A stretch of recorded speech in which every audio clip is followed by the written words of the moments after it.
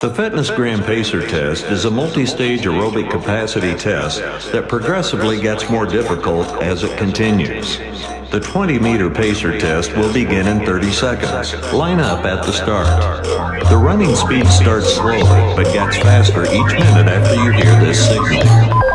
A single lap should be completed each time you hear this sound.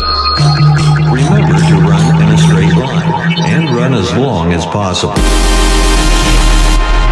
Your test is over.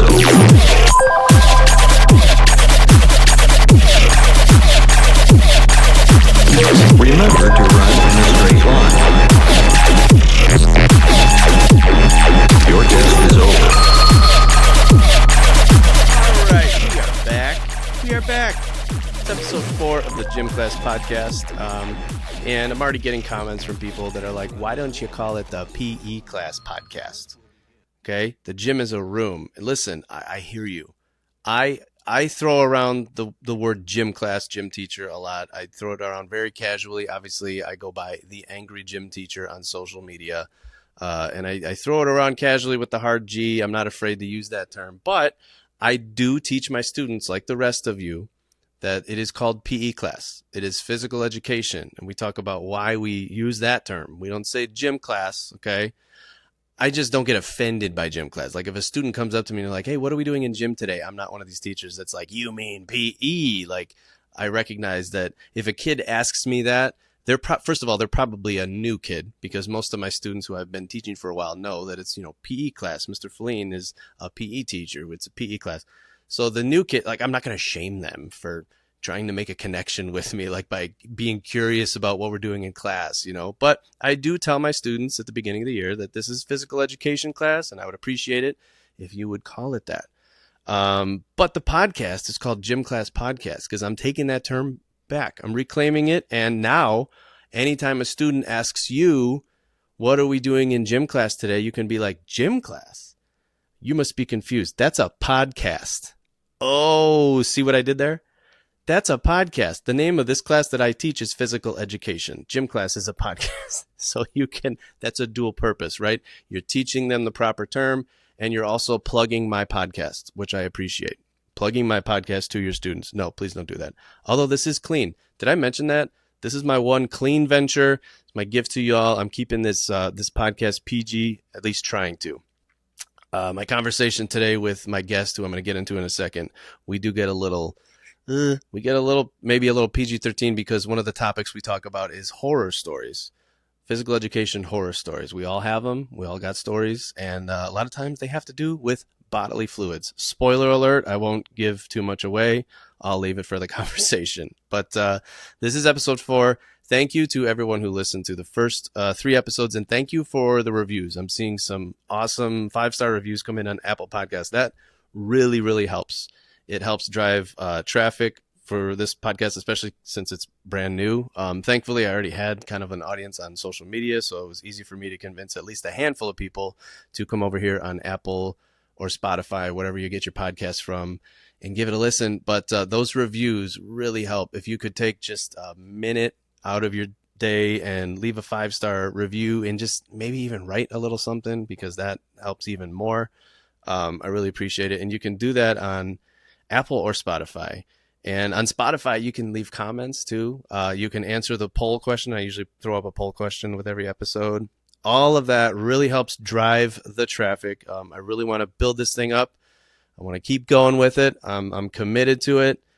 And so thank you all for that. Please continue sharing it, listening to the episodes, watch it. If you can, if you're driving, you're listening to it, great. But if you can, throw it up on YouTube.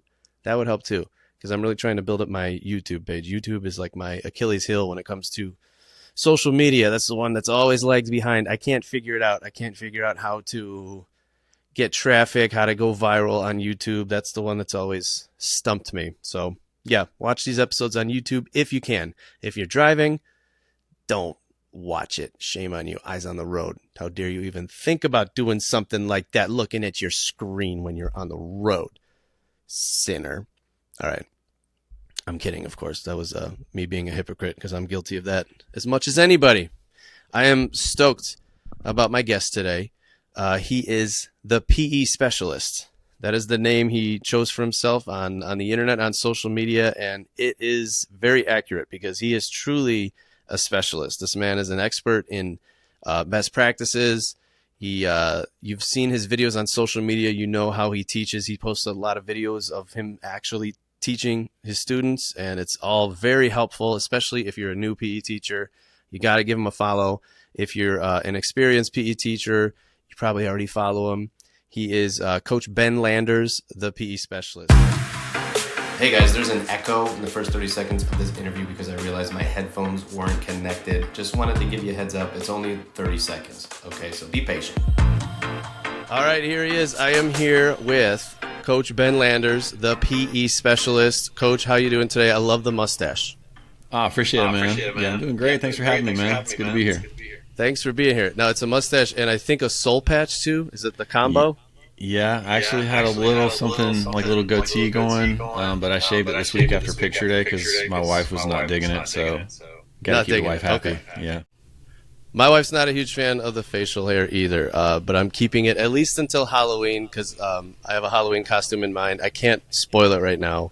I'm leaving it as a surprise, but let's just say the person I'm dressing up as doesn't have a beard, so I'm sadly going to have to get rid of it. Oh man! So I've been following you for a long time, pretty much ever since I started teaching on my own. I know a lot of phys ed teachers follow you for your content. It's always super positive and super. I mean, just really, you're doing it all. Like you're following best practices. You got a lot of great activities on your YouTube page. So thank you for those contributions. And I just want to know, like, I like to ask all these PE teacher content creators, like, how did you become a PE teacher? Is it something that you always wanted to do, or did it just kind of happen? Yeah, it just kind of happened. I would have never thought that I would have gone into teaching any point, elementary, middle, or high school. I went into college as a business major and was just planning on like starting an ecotourism business, leading backpacking or kayaking trips, or being a surf instructor on an island somewhere, or something. Okay, something like that. Outdoorsy stuff. Yeah, just something not at a desk. But then, like, after a couple of business classes, I realized that, like, it was all kind of common sense, and I started thinking about how you don't really need a degree to start a business. You can just do it, Very true. And I was like, what am I spending 4 years, like, getting this degree for if I could just literally go do it tomorrow? So I switched my major to, I think it was liberal arts, and then my sophomore year is when I was, like, looking around trying to figure out active majors that, like, I was really trying to find like an adventure ed type major, but there wasn't anything at University of South Carolina like that. And the closest thing they had was phys ed. They actually have a really good PE program at University of South Carolina. Okay. And I just kind of fell into it. I was like, I'm going to try it out. We took some practicum classes, and I was like in the schools 2 days a week. And then once I got in the schools, I was like, all right, this is pretty cool. Like, I think I could do this for at least starting a career and try it out. And if I don't like it, I'll just have summers off and start a business on the side and, transition. Right. And then once I did my full-time student teaching, I like got a really great placement for elementary with an awesome teacher and just fell in love with elementary kids. So the rest is history, man. And have you always taught elementary, or did you teach secondary at all?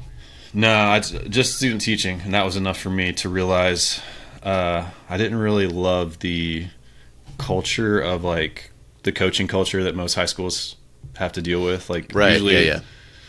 From talking to people and also just this experience I had and talking to my friends that are high school teachers, it's like you have a couple high school teachers that are serious about teaching. They want to give instruction to the kids, and that's like 2 out of the 10 teachers. And then the other teachers are just like there to coach, and it's just really hard if you want to teach because you're sharing a gym with the football coach that is throwing the ball out every day.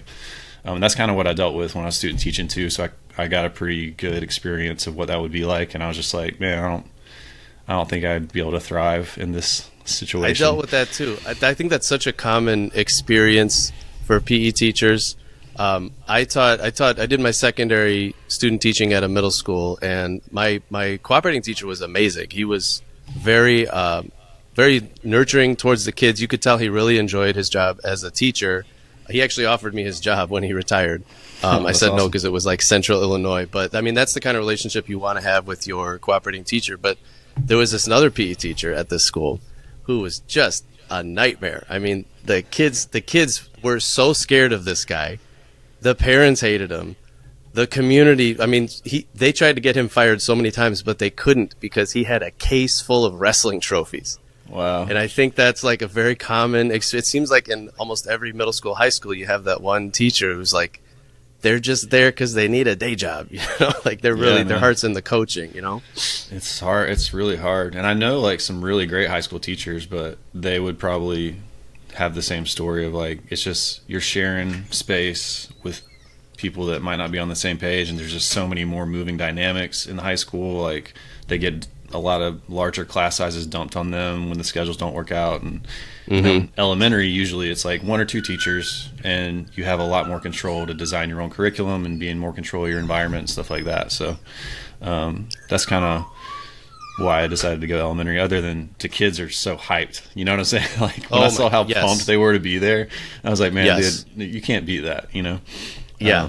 I always wanted to teach secondary because I feel like you can get more in depth with like fitness concepts, because that was my background. I worked at a gym and I was started as an exercise science major. So I was like, well, I want to teach these kids how to like lift and how to stretch, how the human body works. But once I got a taste of that excitement and that energy that the elementary kids bring, I was substitute teaching at a district and they used me as kind of like the designated phys ed sub. And my God, seeing their faces light up but granted, most of the time it was because they knew if there was a sub in the gym, that meant we were just going to play games. But still, just like seeing their faces light up, that energy, that was really, really cool. So have you done any coaching as an elementary teacher, or do you just focus on phys ed? No, I went into it knowing I didn't want to coach starting out because I just wanted to like be able to learn how to teach first. And so I didn't pick up any coaching jobs my first few years. And then I just started getting like my master's degree, my national boards. And then by then, the time I'd finished all that stuff up was when I started the website. And so I didn't really have any bandwidth. I used to work in the after school program, and I do coach a running club at my school. Okay. And so it's not really, it's not like we're practicing 5 days a week, but we do like a once a week practice and run a 5K.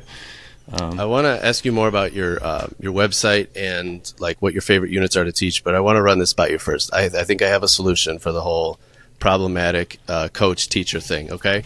I think you should take the football coach who's got all the trophies, who's got all the big playbooks, the one that you can't fire. I think you should make him teach driver's ed. Why do they make the PE teachers teach driver's ed? Make him teach driver's ed. If he needs something to do during the day, driver's ed. Right? Yeah. What do you think about that? I think, yeah, sure. I mean, or anything else. Like, it's like a lot of them aren't even certified in PE, but it's just like what they fall into because since they're a great coach and they got like world, state championships or whatever. Right. And we don't want to take that away from them. Coach, that's great. You're a great coach. But teaching phys ed to the general population is so different than teaching these kids who signed up to, be yelled at and worked, into the field. But that's a common thing that I think we all deal with. So you teach elementary school. You have an amazing website, which I do want to talk to you about. But first, I want to hear, like, what are your favorite units to teach? Are you mostly traditional? Like, do you teach the usual, dribbling, ball handling, skill, stuff like that? Or do you have anything super unique that you're really excited about that you want to share? I mean, I feel like every unit I teach when we start, I'm like, oh man, I forgot how much fun this is. And then by the time we finish, I'm like, I'm so done with this unit. Because you just get tired of teaching it after like 3 or 4 weeks.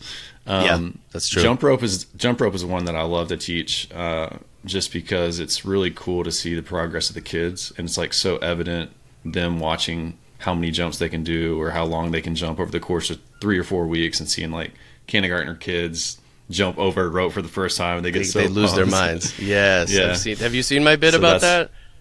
I don't know if I have. I have a bit that I do on stage about how kindergartners, when they first jump over that rope without getting tangled, they just lose their minds. And the bit is, I wish I were allowed to curse in front of students. I don't do any cursing on this podcast. This is my one clean venture here. But like in those moments, I wish I was allowed to curse, because I just want to curse out of excitement for those kids because they lose their minds. It's so true. The excitement over jump rope.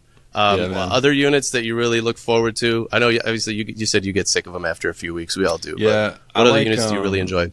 I really love any like team building games we do, like Cross the River, Hula Hut relays, just because I like having those like team leadership talks with the kids, and there's so many avenues to do that when you're playing those kind of games. We do really fun one lesson on bowling. We do a cosmic bowling day. Ooh. So I turn off the lights. We have the black lights set up, and like I put like neon paint on like the bowling pins so they light up in the dark and stuff, and the kids just love it. And we do a little cosmic bowling tournament. So, and that's only 1 week. So usually I'm not tired of that one by the time we get done with it. Do you how often do you see your students?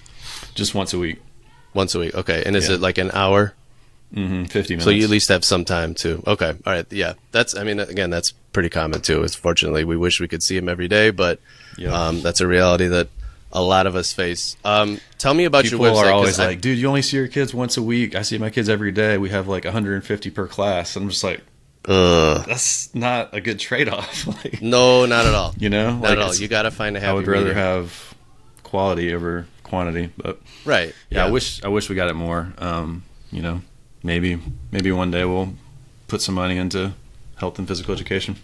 One day, we can dream. We can certainly dream about that, because there is a lot of value in.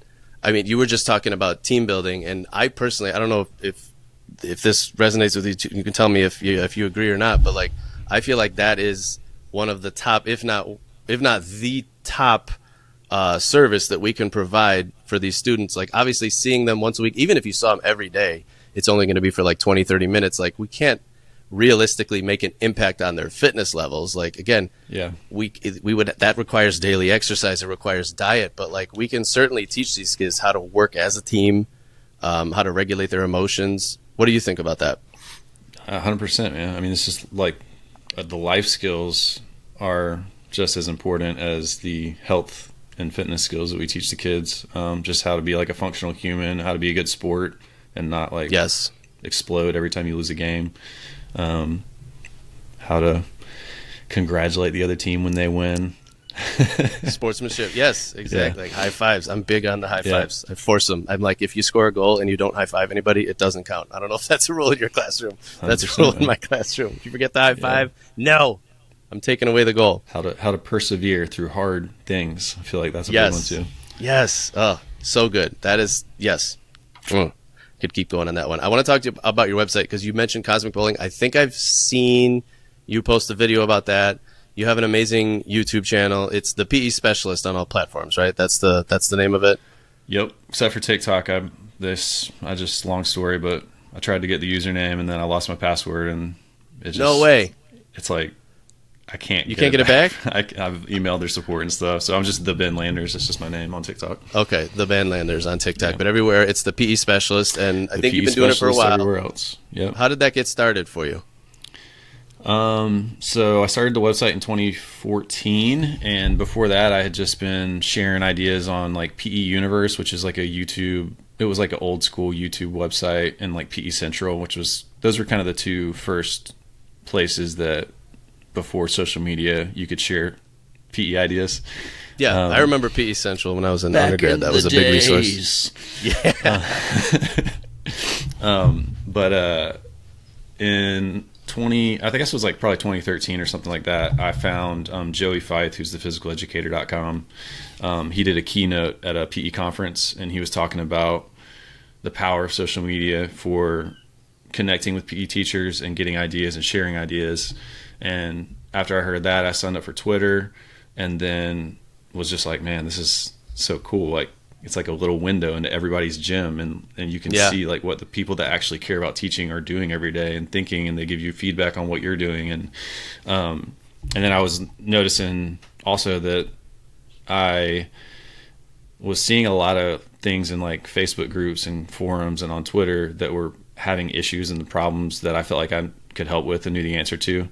And so that's when I started just won't listen. What do I do? Yeah, so that type of thing. Yeah, just this type. I basically started sharing stuff that has been really helpful for me, but it just took me like 6 years to figure it out. You know, so kind of creating a resource that I wish I'd had when I started out, and starting to present and share ideas, and trying to become a leader in the field of PE, man. Kind of same thing you're doing. Well, so yeah, you definitely are. I know a lot of people have sent me your videos, have tagged me in the comments and stuff. So I'm super excited to have you on here. Did it start with YouTube, the PE Specialist channel? Was that the first one? Yeah, I kind of, when I bought the website, I just signed up for I don't know if Instagram was a thing yet, but I had like Facebook, Twitter, YouTube, and then when Instagram came out, I started doing that. The main thing that I tried to do that I didn't see a lot of other people doing was just posting videos of teaching, because like for me, that's the most helpful thing. I like when I go to a conference, I care more about watching the way somebody presents something, the way they teach, than I do about the game or the activity. It's like just those little things that they do that you're like, oh my gosh, like I never thought about saying it that way, or like the way they handle transitions and that kind of stuff. So that's what's always been the most helpful for me. And being at a school by yourself, you never get to see other people teach. And so like, I love it when people post videos of what they're doing in their classroom and like when they're teaching the kids, because you can just get so many golden nuggets from little things like that.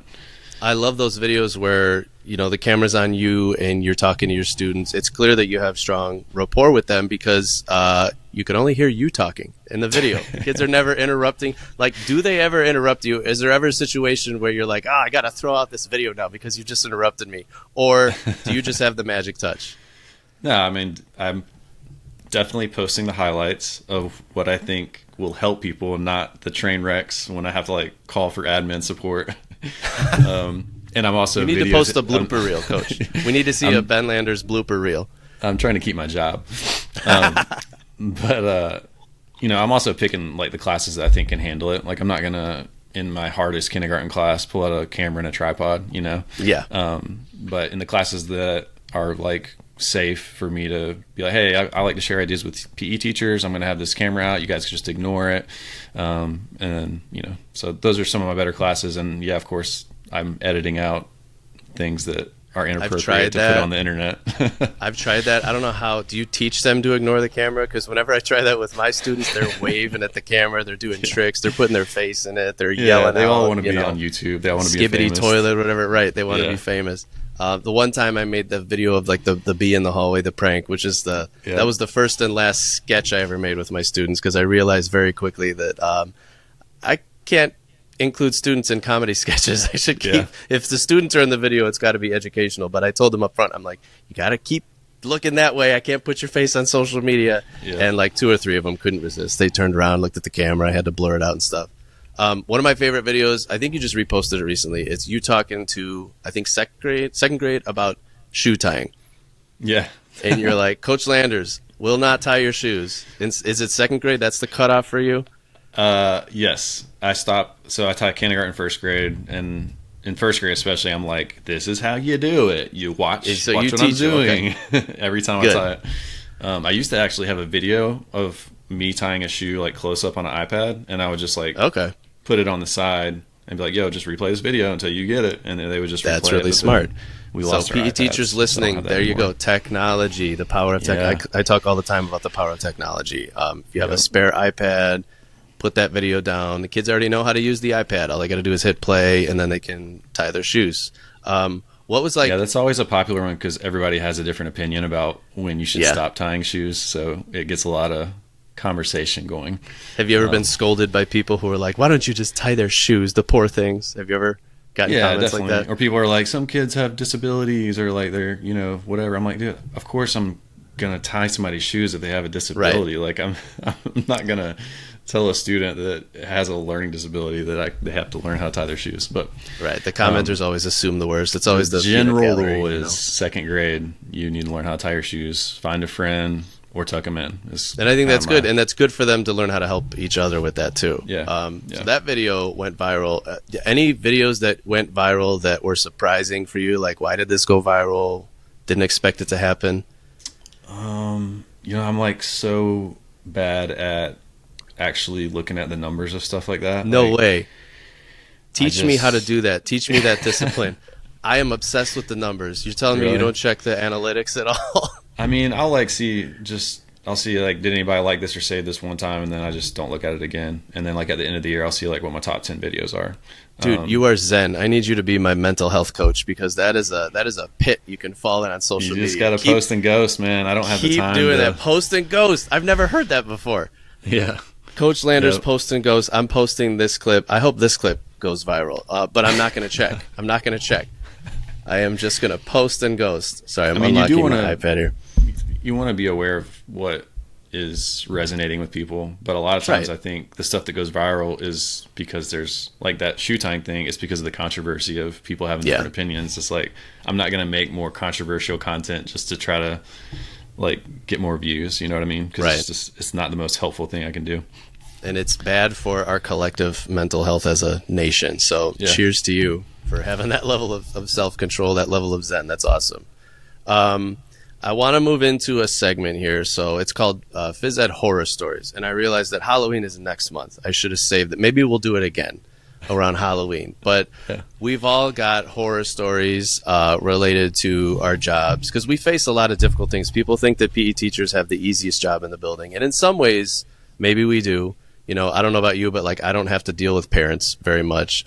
Definitely don't have to deal with like the pressures of standardized testing. But in other ways, you know, we've talked about the massive class sizes that we face, the difficulties with only seeing our students once a week for an hour. There's a lot of planning and assessment challenges with that. And we deal with a lot of bodily fluids, a lot of smells, a lot of injuries. So I put it out on Instagram in my stories, asking people to send in their horror stories. I've got some good ones, but first I want to ask you if you wanted to share a horror story, maybe from your early years, maybe from yesterday. What's like the worst phys ed horror story? Yeah, I was trying to think of a really funny one for you, since I know you're big into the comedy. This is from a long time ago. I think it was about 10 years ago. So no current students.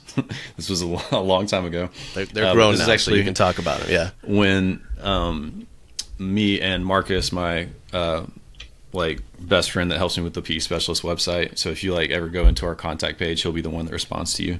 And when we go around and present, he'll come with me, and we'll like tag team presentations and stuff like that. But we taught together for 6 years, and one of the funniest things that we always like reminisce about was this one year we had this class of double second graders, so it's probably like 50 kids in there. That's a lot. Yeah, and then this one time we noticed this like strange smell. Oh no. And before we could stop everybody, it was too late. There was like poop smeared, like little foot tracks, and like on some of the basketballs and stuff, like all over the gym. Wow. So we're like, oh no, this is horrible. Like, how did this happen? Probably we were thinking it was like dog poop from the playground or something, right? Yeah. So then we stopped everybody. We got our rubber gloves on. We're trying to get every little bit up. The kids are like, there's some over here. There's some over here. Oh, God. It's like disrupted the whole lesson. So then the next week, the same group comes in, and then I don't know if one of us noticed it or if a kid noticed it. There was like a little ball of poop on the ground in the gym, like in the middle of class. And it was like a rolled up ball. Like somebody had rolled it up with their fingers. You know what I'm saying? God. And so we were like, oh no, like this is bad. Like this is an intentional thing that somebody's doing in this group. And I want to say it was like 7 or 8 weeks, man. Like we called it the poop bandit because we could never find it. But every week, and I even set up a GoPro camera in the corner one week to try to figure out who it was. It was like, are they going in the bathroom? Are they like bringing it ahead of time in a plastic bag or something? Like, how is this happening? But anytime that class came in, we were just on like red alert, like scanning the floor, and then like never fail, we would always find like somebody had dropped like a little poop blob somewhere on the You had on the ground. A ninja pooper. Never figured out who it was, so I don't know. To this day, the poop bandit remains anonymous. But yeah, I hope he's listening to this. He's like listening to the podcast. Like, hey, statute of limitations, man. Shoot me an email and let me know who you are. Right? Yeah, like you can't do anything about it at this point. Yeah, that's insane. So there was rolled up all the poop. I'm picturing like this kid. What is he like pooping in a bag at home? And you have to have a certain diet to be able to like roll it into. I don't know, man. Like we were trying to brainstorm so hard of like how it was happening. Anytime somebody went in the bathroom, we would like keep an extra eye on them when they came out. You know, we're like, what were you doing in there?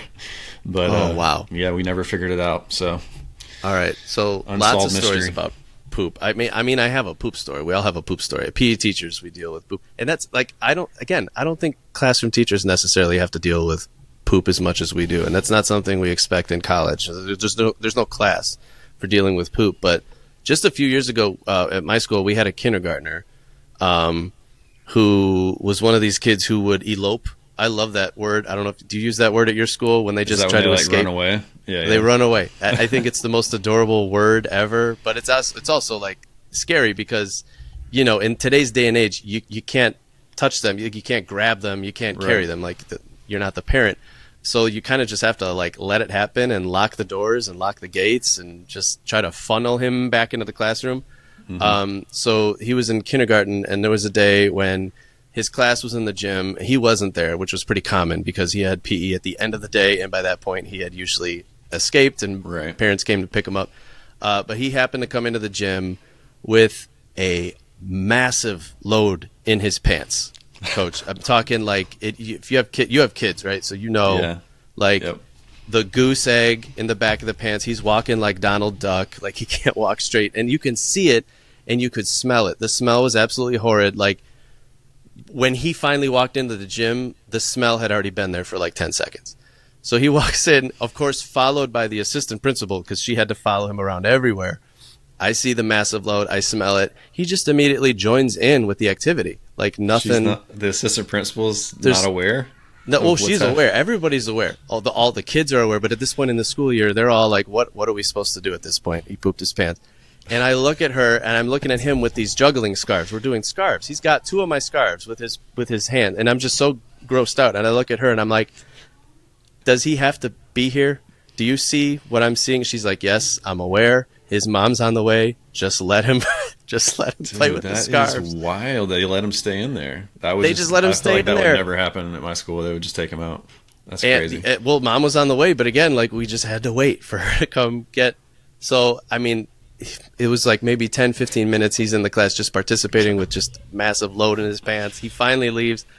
Coach, I grabbed those scarves and threw them in the garbage and then started scrubbing my hands because like I was so grossed out by that poop experience. There's so many poop stories here. Maria Chart on Instagram says, kid pooped in the gym and left and said nothing, found it later. And I was going to lead with that one, but your story was like that times 10. It was like so much worse with the poop bandit. I had a co-teacher, his name's Eric. He talked about this one time at school when I accidentally hit a kid in the head with a basketball.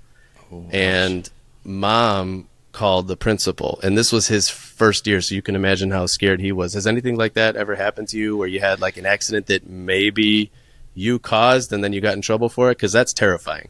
Yeah, I mean, not like I've had kids like break their bones. I've had some dislocated knees and stuff like that, but it wasn't ever my fault. But you always worry that it's going to fall back on you for not creating a safe environment for kids. Like even they were just playing tag, and I mentioned look where you're going and find open space and all those reminders.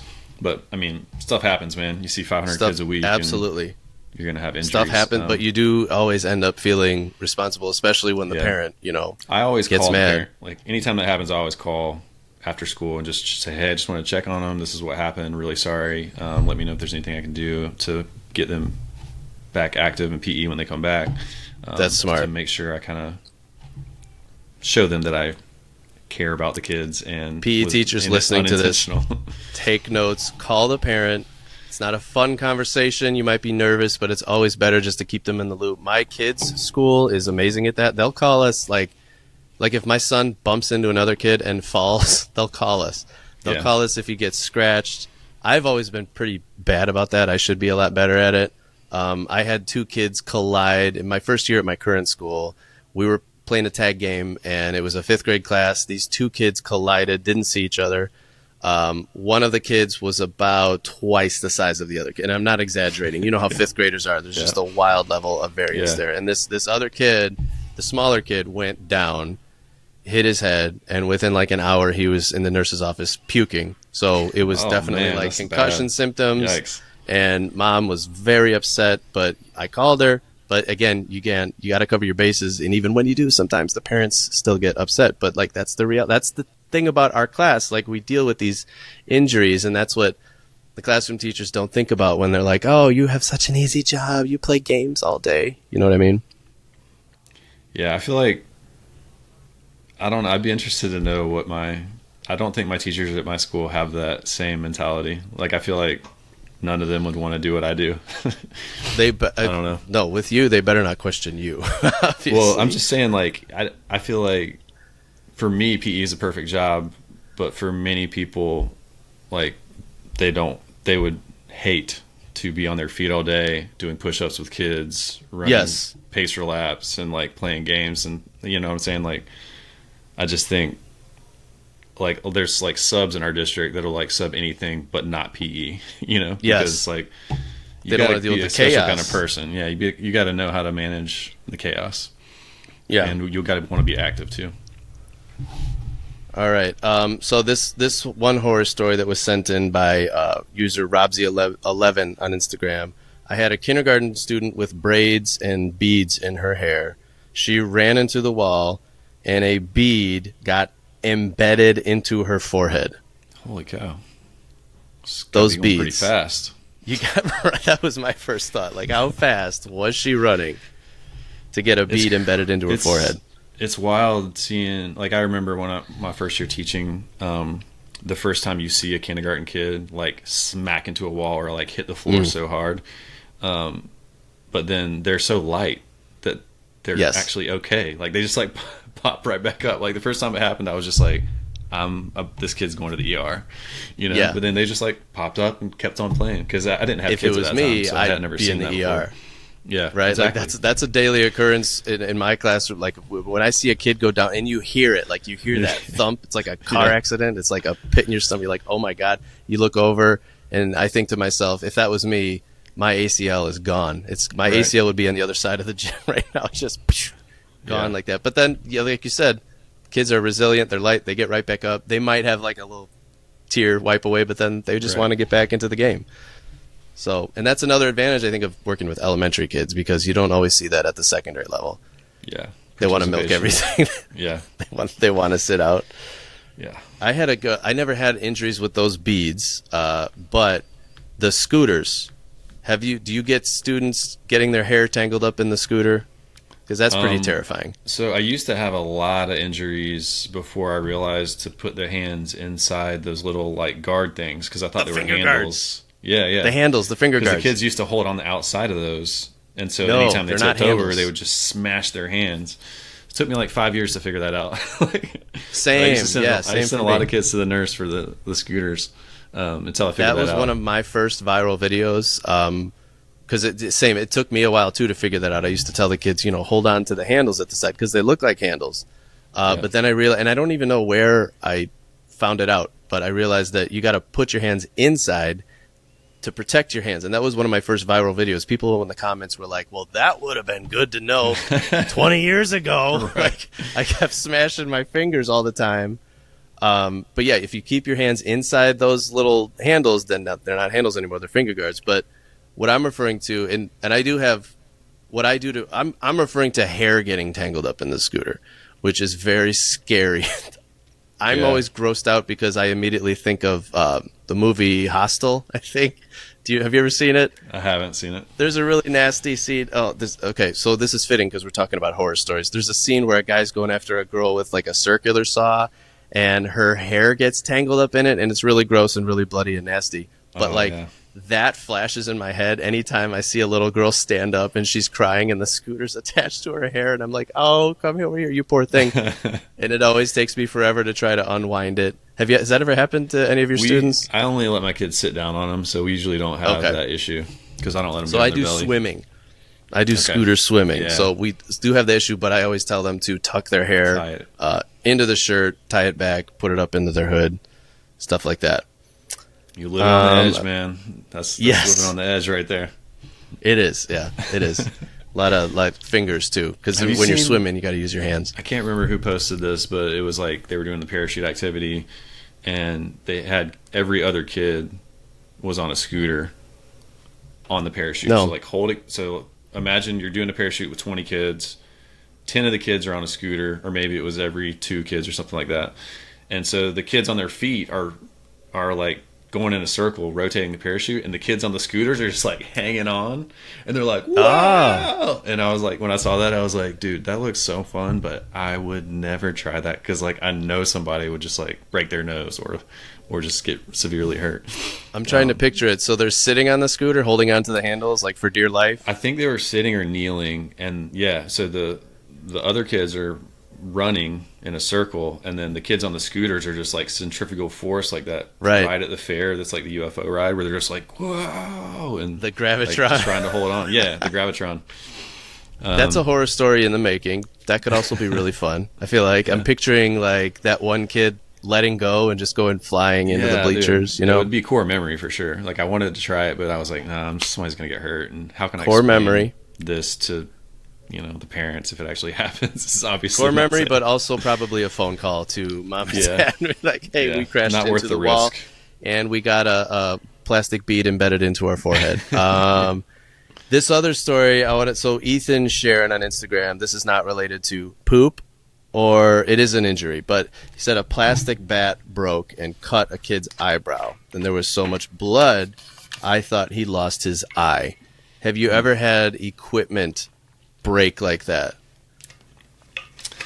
I haven't had, not that I can think of, like I've gotten hit in the face with a bat from a kid. Okay. And like my face started bleeding. It was like my lip swelled up like really big. And I don't do hockey for that reason. Like I'm just so worried that kids are going to bring it up and hit somebody in the face with a stick. Yeah, the high sticking in hockey, that's a big safety hazard. Yeah. But I'm thinking about broken equipment, because like I complain a lot. You don't have. I complain a lot about the prices of phys ed equipment. These websites that sell this equipment, they jack up the prices so much. But on the other hand, if you buy equipment on, say, Amazon, or if you go out and get stuff at Walmart, it doesn't hold up. I bought a set of bats, and this is what I thought of when I read this comment. I bought a set of foam bats that I used for a softball unit, and they lasted a year and a half. And it was because there was like cheap plastic inside the bat that broke, and that was when I realized like I gotta fork out the extra $300 for the quality bats from quality Gopher. over Like, quantity it's hard for some stuff, man. Definitely. All right. So I think we're good on the poop stories, the injury stories. I hope we've made it clear to people that like we've seen things as PE teachers. Been on the streets, man. Been on the streets.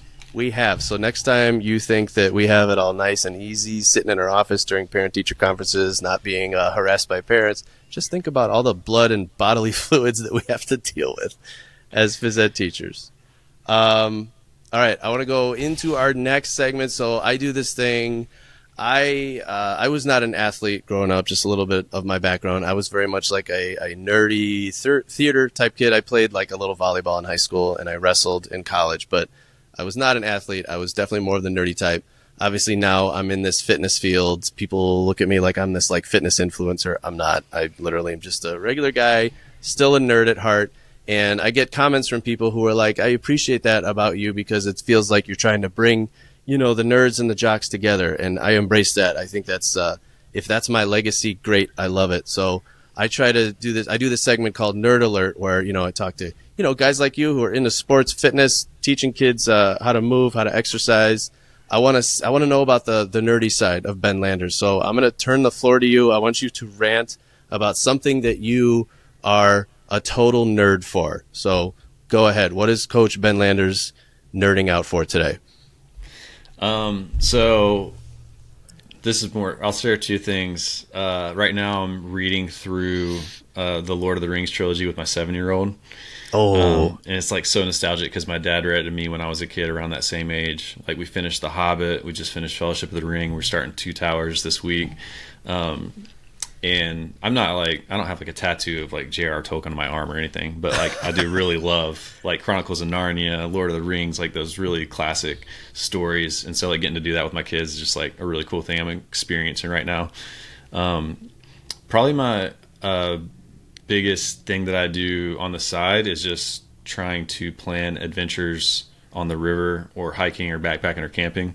My favorite thing to do is paddleboarding on the river. And when I was growing up, I always wanted to be a surfer. Love surfing, but have only lived by a beach one time. And so it was only for like 6 months in college. I studied abroad. And so I've never really had a chance to practice surfing, but there's a lot of spots on rivers that are close to me, like 20 minutes away, where they have like standing waves. Okay. And so something I've gotten real nerdy into recently is river paddleboarding, which is like a very small niche of people. But there's like companies that make specific paddleboards just for the river that have fins that like pop up into the river. So if you hit a rock, or pop up into the board. So like if you hit a rock, it won't break your fin. So you can actually go and surf on a river. And if you catch a wave in the right way, you'll be like you'll stay in one spot, like on this little river wave, and you can like kind of move back and forth. And so that's like my favorite thing to do for hobby pastime stuff. And I love like camping, river camping, hiking, backpacking, that kind of stuff. I want to ask you about camping. Planning adventures is my favorite. Planning adventures, because you wanted to do adventure ed, right? That was your initial dream in college. That was, yeah. That's funny. I didn't even think about that. That's really cool. I want to rewind a little bit. Lord of the Rings, favorite installment of that series, movie, favorite book, and favorite movie. Are they two different? Are they both different, or is it the same? Oh man, I need to finish the series first, because like I don't think I've read Lord of the Rings since I was a kid. Obviously, I watched the movies when they came out with my friends. I think I was in college or high school maybe when they came out. Yeah, same. I think I was in high school too. Like, there's things in the book that I'm reading, and I'm like, that wasn't in the movie. Like, I forgot that was in there. You know? So, like, it's cool, like, going back through it, and my son's asking me all these questions to, like, try to understand it, because it is pretty hard to understand some of the, like, English, the old English and stuff. Oh, yeah. And he's like, is Gandalf really dead, Dad? I'm like, we got to find out, man. I don't know. We got to wait. Yeah. Tolkien is pretty heavy reading for young kids. Yeah, I'm gonna say. I mean, I just finished the first one in the trilogy, so that one's like fresh in my mind. So that would probably be, I think Return of the King's got to be the top, like the culmination. Yeah. You know what I'm saying? Like the culmination of everything. For like a movie, that scene in the movie when Gandalf's like, "You shall not pass," and he like stops the Balrog on the little thing and sacrifices himself for his friends, and then like falls down into the pit. That's probably like the thing I remember most about the movies. And also that is super iconic. Book, that was like the biggest scene that my son was just like, what? Like, he fell down? Like, what do you mean he fell down? So anyway, that part is really cool. I've never been a big fantasy guy. Like, I don't really, it's not my favorite genre. But Return of the King, man, I think I got emotional at the end with the hobbits up there. He's like, my friends, what does he say? My friends, you bow for no one, or something like that. And they're just standing there with like the old early 2000s special effects. Like, but it just brings a tear to your eye. Yeah, definitely. Man. Anybody who likes fantasy, I don't have to say this, but watch that trilogy. Have you watched the new one on Amazon Prime at all? Yeah, I did. The TV show. Yeah, is it good? I haven't seen it. Cool. Yeah, a lot of people hated on it, but I thought it was really cool because it's not based on anything Tolkien actually wrote, right? It's I don't know, like maybe loosely earlier writings, and they based it early off of that. I think he has a lot of unpublished work, but I've never read any of it. So for me, I didn't have any preconceptions going into it. I had no idea what it was supposed to be or anything, and it was just more like Lord of the Rings lore and cool people. Can't get enough of that. Cave trolls and stuff. So perfect. Why not? Yeah. All right. Cool. So Coach Landers is a nerd for Lord of the Rings, and you mentioned outdoors camping. I want to know personally. This is a question coming from me. I'm begging for your help because I love the idea of camping. I love being outside. I love bonfires. I love the food. My God, I love cooking around a campfire. My brother's really good at that. So like we camp out in my parents' backyard because I grew up with a big backyard. So we take our kids. I love it up to the point when it's time to go to sleep. What's the secret? How do I sleep on the ground with all the noise and it's wet? Everything's moist in there. Oh, I hate that word. Just thinking about it now makes me just so not relaxed. So like, do you have a secret for, is it relaxing for you? Do you sleep good in a tent? So anytime we go camping, I normally don't sleep good the first night. And then the second night you're so tired that you sleep great. for me. Okay. Like we just went on a 4-day camping trip on Labor Day with our family, and first night was pretty bad, but the other 3 nights were great. We sleep on like sleeping pads. I have a little cot to keep you up off the ground that I put in the tent. We were car camping with our family. So if you're, there's a big difference between like backpacking and then car camping with kids. It's like, backpacking is a lot different, but we were car camping with family. So we're like, it's like me and my wife on cots and like 4 little kids like sleeping on mats in between us. Yeah. So we did not sleep well the first night, but we did sleep great the other 3 nights because like the kids were so worn out after that first day of like riding their bikes around the camp loop and staying up late around the campfire and making s'mores and the whole day of being outside all day. That's the fun part. That's the part I love. So the secret is just to be so exhausted after that first night that you just have your body has no choice but to shut down and go to sleep. Yeah, just know the first night you're not going to sleep good, but then after that you'll catch up. All right, so because I do want to plan more like longer camping trips with my kids because they love it too.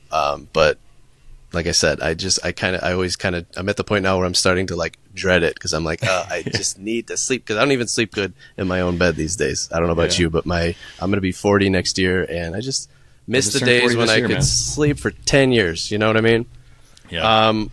Coach, I want to start winding down here. I really appreciate you coming on here. I want to leave on something where you can like share some advice, like for phys ed teachers, because I know a lot of like first, second, third year teachers, people who are new to the profession, to the discipline, are starting to listen to this podcast, and that's what I want. Great. You've got their ears. So like, what's one piece of advice if you could have given yourself, years ago when you first started teaching phys ed, what would you want to say to those people? I think like just realizing that it's a marathon, not a sprint, is a big deal. Like, and change takes time. Like if you're thinking about, for me as an elementary teacher, I'm trying to build a PE program from kindergarten to 5th grade. I'm trying to build a culture in my gym, and that's not going to happen like overnight. So if you're a first or second or third year teacher, you're probably still just in survival mode, trying to figure out how to manage a class, what a yearly curriculum looks like, and developing relationships with your kids and like learning their names. That's like just the bare minimum. And so you got to like give yourself some grace and realize that it takes like on like year 4 of when you've kind of figured out a program that you want to implement, and like you're kind of continually giving these kids the same type of instruction and stuff, you'll be like, oh, like they're starting to understand it.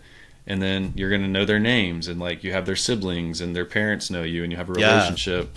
And it's just like that change takes place over time. But if you look at somebody that's like 15 years in and you compare yourself to them, that's like comparing your beginning to somebody else's middle or end. It's like, it's not fair. So I think just giving yourself grace, like if you're a new teacher, using the resources that you have on social media and finding those people you resonate with and you connect with, and stealing the little bits from them that you think will work well for you and your kids. And just, enjoy the ride, man. Enjoy the ride. That is such good advice. It's hard to follow because when you're a second or third year teacher, you're feeling so exhausted and impatient, but like you really do, it takes a long time to build that foundation and build those relationships. Because I mean, I feel like this, at least at the end of the day, that is what our job is all about. Yes, we're trying to educate these kids. We're trying to, whip them into shape or whatever, teach them physical skills. But at the end of the day, we want to make those connections, build those relationships, because that's how we make that impact, and that's how we stay in their memory. Learning names, you mentioned, real quick, any tricks for that? Because that is hard. We teach a lot of students. That's something I focus on real big at the beginning of the year, is making sure I know everybody's name. And I've been at the school this is my 19th year at the same school. So I know everybody's name that was there last year. So for me, it's a lot easier because I'm only memorizing the kindergartners and the new kids. Right. But I take pictures of the kindergartners with name tags the first week of school, and then I make little like cheat sheets with them, or you can just do like little photo folder on your phone, so that when that class is coming, you can like do your little name game and make sure you're getting all the names, and that helps me learn them like way faster. If you're brand new at your school, you could get a yearbook from the library. A lot of times they'll have like a last year's yearbook, and then that can help you start to like connect the names of the kids with each other. And then if you really want to risk it, you could implement the push-up coupon. Have you seen this? No. Tell me about it. So this is something I do like the 4th or 5th week of school. I have these little coupons, and they're on my website. If you want to, it's like a free download. You can just Google push-up couponing PE. You'll probably find it.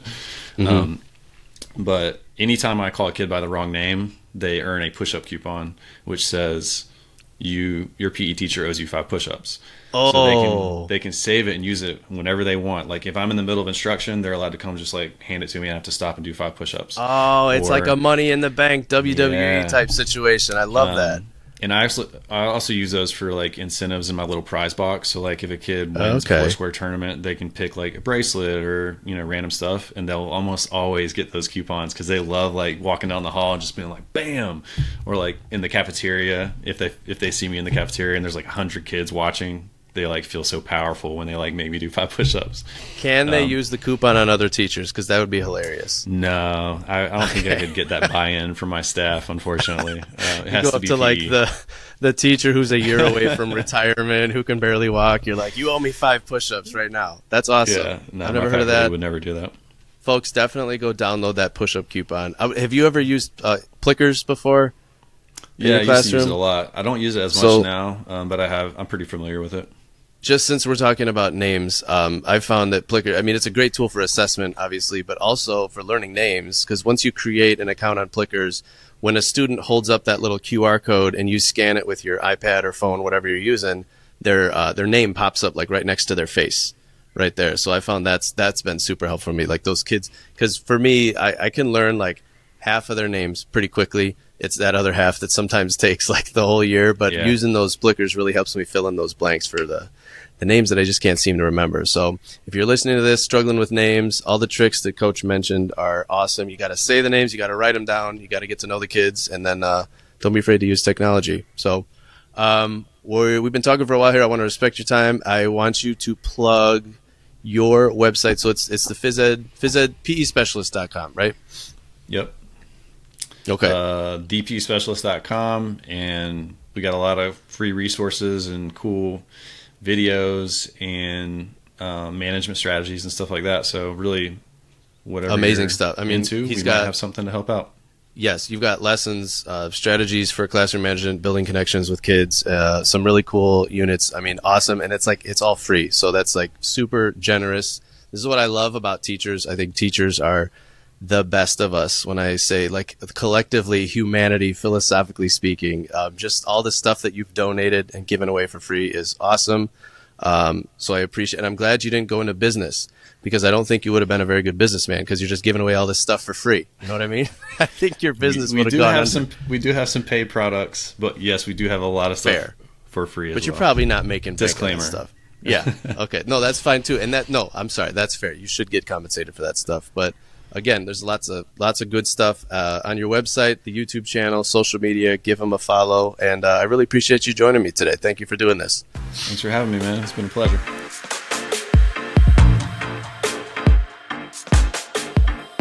And there we have it.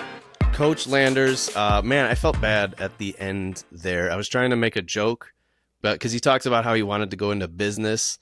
And I was trying to compliment him by saying that you would have been a bad businessman because you're giving away all these awesome strategies and lessons for free. You should charge for them. And then he was like, well, I actually do charge for some of them. And then I instantly felt terrible, because that's fine. Listen, if you are on Teachers Pay Teachers, or if you sell a subscription, that's fine. Teachers, we deserve to be paid, compensated for the extra work that we put in. And that does not take away from what I said about teachers being the best of us, being the most generous. And it doesn't take away from what he does either, because I know for a fact that most of his best stuff, his lesson ideas, his strategies, it's all available for free on YouTube, Instagram, TikTok, all the different social media channels. But he does also charge for some stuff, and that's totally fine. I feel bad. I hope I didn't make him feel guilty. Coach, if you're listening to this now, keep doing what you're doing. Don't change anything. If anything, you could charge more for that stuff. I'm sure you could charge way more, because it's all great. So I hope you all enjoyed that conversation.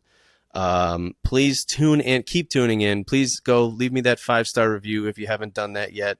And listen, this is my last podcast before my big show at Mic Drop in Chandler, Arizona, which is right outside of Phoenix.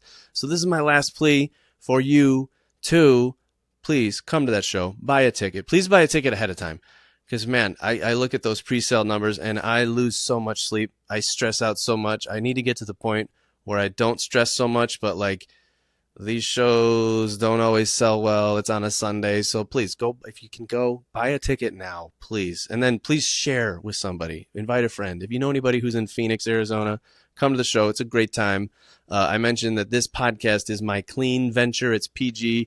My stage act, not so much.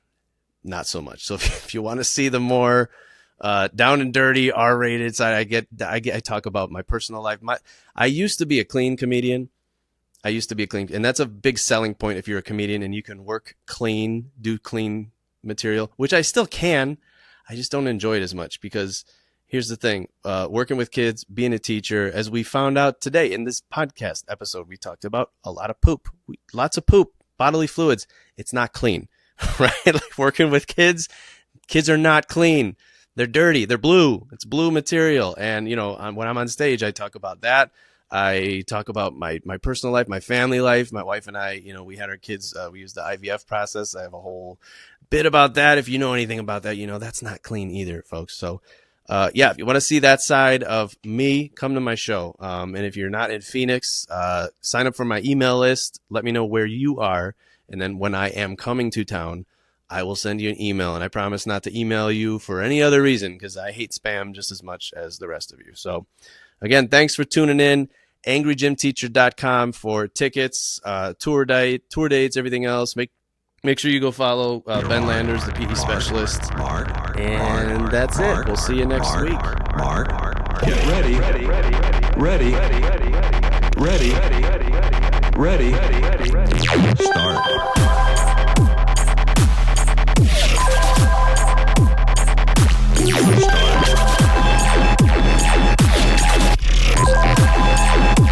Your test is over.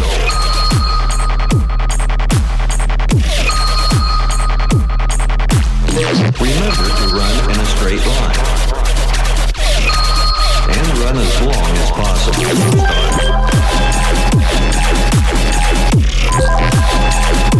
Your test is over.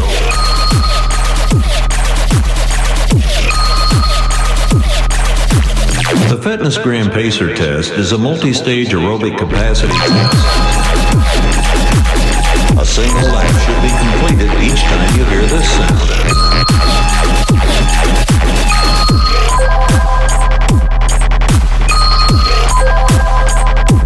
Your test is over.